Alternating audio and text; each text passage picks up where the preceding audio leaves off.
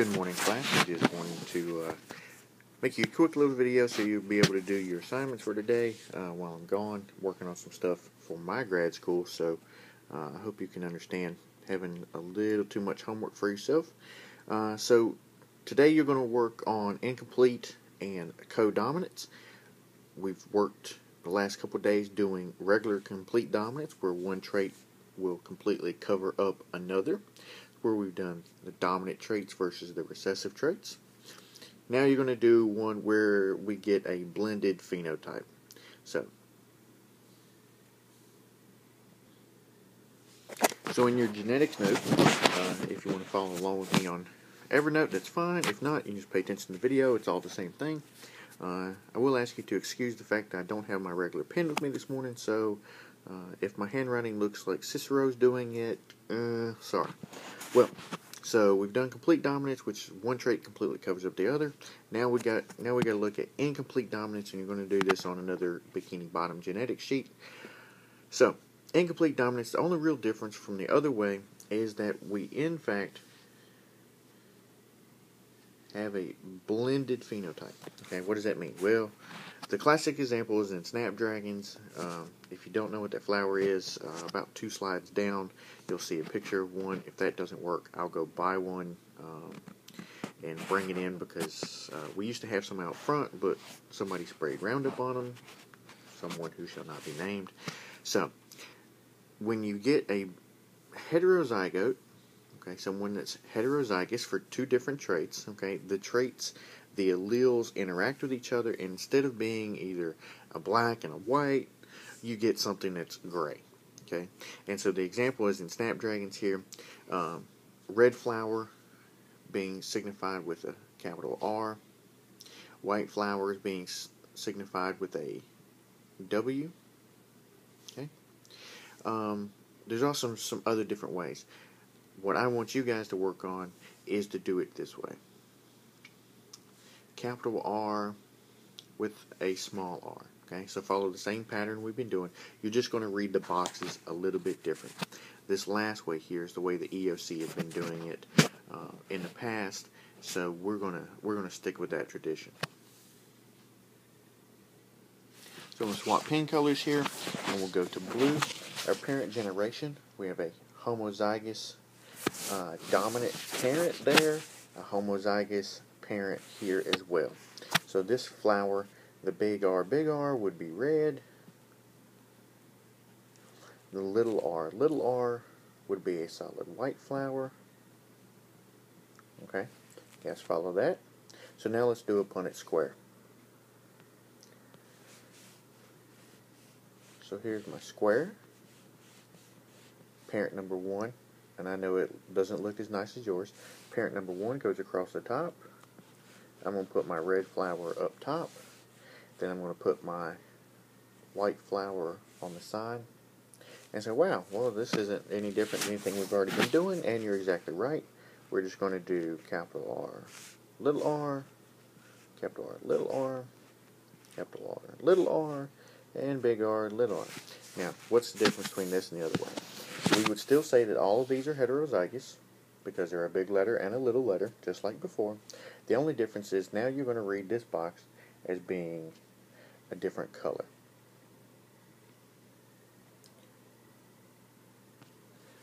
And we said that this parent is red, and, sorry, I had to change pen. This parent is white, okay? Well, what about all the babies? Well, the babies are going to come out a blend of those 2 colors.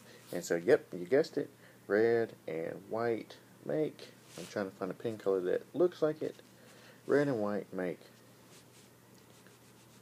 pink.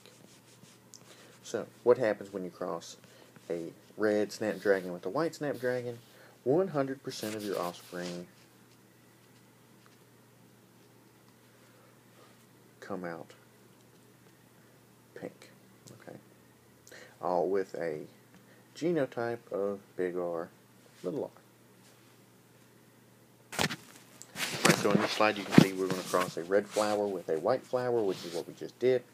All of the offspring wind up coming up pink, just like we said, and they're all heterozygous, which is fine. Now let's look at this, let's say that's the first baby generation. Let's go look at the second generation of offspring when we go cross something that looks like this. Let's say we do a cross and we do 2 heterozygous individuals, so 2 pink flowers. Well, now we're going to get a quarter of the offspring that come out big R, 50% come out big R, little r, and 25% comes out little r. Okay, so what kind of ratios do we see? Well, 25% comes out white, 50% comes out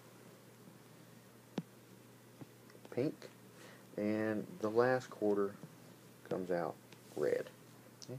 And so that's basically what you get. The only trick here is when you read the boxes, you're looking for mixes of colors. So red and white make pink, blue and yellow make green, red and yellow make orange. And so that's basically what you're looking for.